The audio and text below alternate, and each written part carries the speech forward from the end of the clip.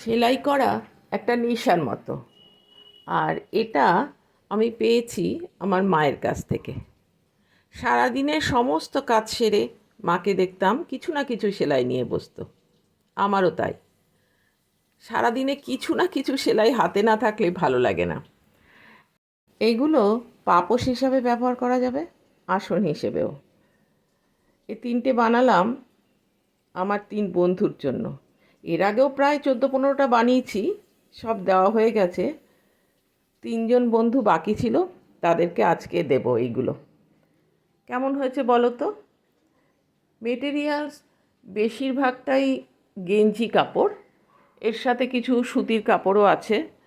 পিছনে একটু কাপড় বসিয়ে দিয়েছি যাতে দেখতে ভালো লাগে।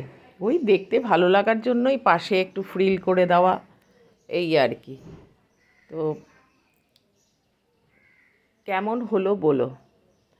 আরও অনেকগুলো বানিয়েছিলাম, সেটারও একটা ভিডিও আছে, পরে কোনো একদিন পোস্ট করব। আপাতত এই 3টে। বলো কিন্তু কেমন হয়েছে।